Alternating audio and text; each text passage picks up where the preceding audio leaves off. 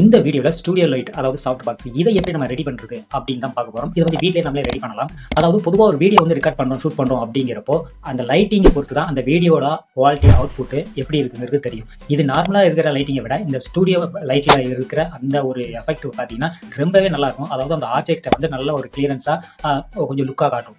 இந்த ஸ்டுடியோ லைட்டை நீங்க வந்து பர்ச்சேஸ் பண்ண போனீங்கன்னா உங்களுக்கு 1000 ரூபாயிலிருந்து 1500 அந்த மாதிரி மேல தான் போகும். இது வந்து கம்மியான பட்ஜெட்ல பார்க்க போனீங்கன்னா ஒரு 500 ரூபாய்க்குள்ளேயே நீங்க வந்து இதை வந்து ரெடி பண்ணிக்கலாம். அது எப்படி அப்படிங்கறத இந்த வீடியோல பார்க்கலாம். இதுக்கு தேவையான பொருள் என்னன்னு பாத்தீங்கன்னா ஒரு காட்டன் பாக்ஸ், பழைய காட்டன் பாக்ஸ் இருந்துச்சுன்னா அதை எடுத்துக்கோங்க.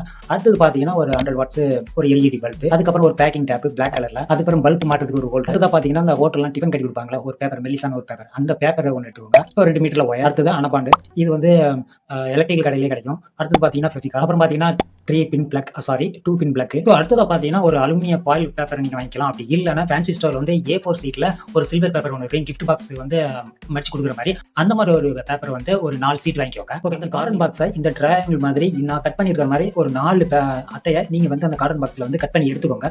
எடுத்ததுக்கு அப்புறம் இதுக்குள்ள ஒன் சைடு மட்டும் என்ன பண்றீங்கன்னா மேல ஃபெவிகால் அப்ளை பண்ணிட்டு அதுக்கு மேல அந்த சில்வர் பேப்பர் இருக்கு பாத்தீங்களா, அதை வந்து பேஸ்ட் பண்ணிட்டு இப்போ நான் காட்டுற மாதிரி அந்த 4 அட்டையிலையும் அந்த 4 பீஸ்லயும் அந்த சில்வர் பேப்பரை வந்து மேல பேஸ்ட் பண்ணி ஒட்டியிருக்கேன். அடுத்தது என்ன பண்றீங்கன்னா அந்த அட்டையை திருப்பி போட்டு அது ஜாயிண்டா இந்த மாதிரி நான் காட்டுற மாதிரி இதுல வச்சு நீங்க இதுக்கு மேல என்ன பண்றீங்கன்னா அந்த பேக்கிங் டேப் பாத்தீங்களா பிளாக் கலர்ல, அந்த டேப்பை வந்து ஒட்டிருங்க. இப்ப நான் ஒட்டுற மாதிரியே அந்த ஷேப்ல நீங்க அப்படியே ஒட்டிருங்க. 4 பீஸா இருக்குதா அப்படியே ஒன்னொன்னா ஒட்டிட்டு கடைசியா மட்டும் என்ன பண்றீங்கன்னா அதை மடக்கி வச்சு கார்னர்ல லாஸ்டா அந்த இடத்துல வந்து இந்த ஷேப்பை வந்து மடக்கிட்டு அதுக்கப்புறமா லாஸ்ட்ல அதை வந்து நீங்க வந்து அந்த டேப் வச்சு நீங்க ஒட்டிக்கோங்க. இதெல்லாம் ஓட்டினதுக்கு அப்புறம் பாத்தீங்கன்னா அது வந்து ஒரு புனல் மாதிரி, அதாவது ஒரு ஆப்பர் மாதிரி உங்களுக்கு அந்த ஷேப்ல கிடைக்கும்.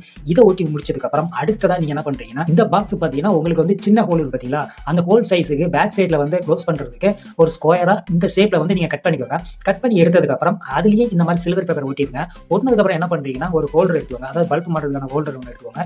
எடுத்துட்டு அந்த சைஸுக்கு இதுக்கு நடுவுல ஒரு ஓட்டை ஒன்று போட்டுக்கோங்க. ஓட்டை போட்டதுக்கு அப்புறம் அதுல என்ன பண்றீங்கன்னா இந்த ஹோல்டரை வந்து ஃபிட் பண்ணிட்டு அந்த ஹோல்டர்ல வந்து நீங்க ஒயர் கனெக்ஷன் கொடுத்துட்டு அந்த ஒயர் கனெக்ஷன்ல 2 பின் பிளக் பாயிண்டையும் கனெக்ட் பண்ணிடுங்க.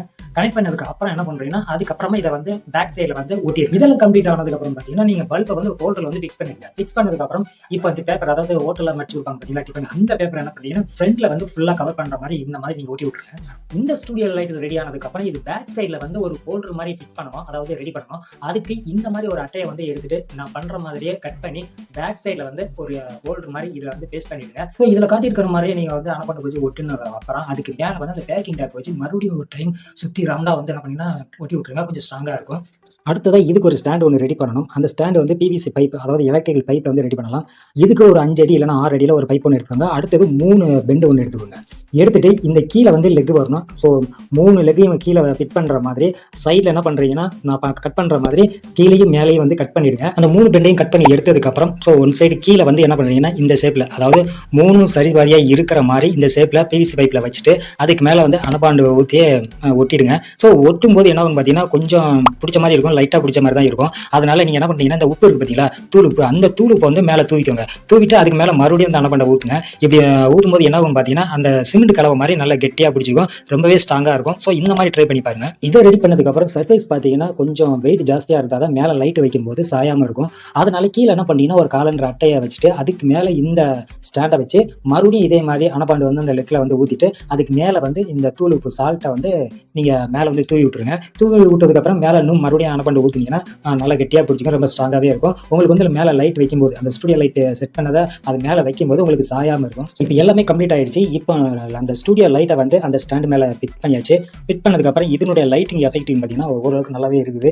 ஃபர்ஸ்ட் இருந்ததோட இப்போ வந்து பார்த்தீங்கன்னா இந்த ஒரு ஒயிட் பேலன்ஸ் வந்து அதிகமாக தெரியாது.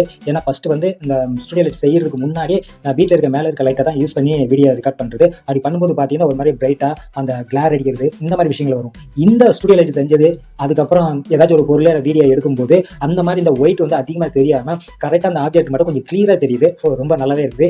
இதை வந்து நீங்கள் வீட்டில் ட்ரை பண்ணி பார்க்கலாம். இதான பட்ஜெட்டும் ரொம்ப கம்மி தான். ஸோ சாஃப்ட் லைட் வந்து இந்த ஸ்டுடியோ லைட் வாங்குறதுக்கு பதில் தச்சமயத்துக்கு இந்த மாதிரி ஒரு விஷயத்தை நீங்கள் வந்து ரெடி பண்ணி யூஸ் பண்ணிடலாம். அது மட்டும் இல்லாமல் இதில் பார்த்தீங்கன்னா கீழே வந்து வெயிட் இன்னும் கொஞ்சம் ஜாஸ்தியாக வைக்கணும் போல இருக்குது. ஏன்னா லைட் மாட்டும் போது கொஞ்சம் சாயிற மாதிரி இருந்துச்சு. அதனால 2 பக்கமும் ஸ்டூல் வச்சு விட்டேன். இப்போ என்னன்னு பார்த்தீங்கன்னா இந்த ஸ்டுடியோ லைட் மாதிரி வேற ஏதாவது கேஜெட், ஏதாவது ஒரு டெக்னிக்கலான ஒரு விஷயம் செஞ்சு பார்க்கணும் அப்படின்னு நீங்கள் வந்து ட்ரை பண்ணீங்கன்னா ஸோ இந்த சேனல் வந்து ஃபாலோ பண்ணி வச்சுக்கோங்க. இது போல வீடியோக்கள் தொடர்ந்து அப்லோட் ஆகிட்டு இருக்கும். இந்த வீடியோ உங்களுக்கு பிடிச்சிருந்துச்சுன்னா மறக்காம லைக் பண்ணிக்கோங்க, உங்கள் ஃப்ரெண்ட்ஸ்களுக்கு ஷேர் பண்ணிக்கோங்க. அடுத்த வீடியோவில் வேற ஒரு புதுசான ஒரு ஐடியாவோட மறுபடியும் உங்களை வந்து மீட் பண்ணுறேன்.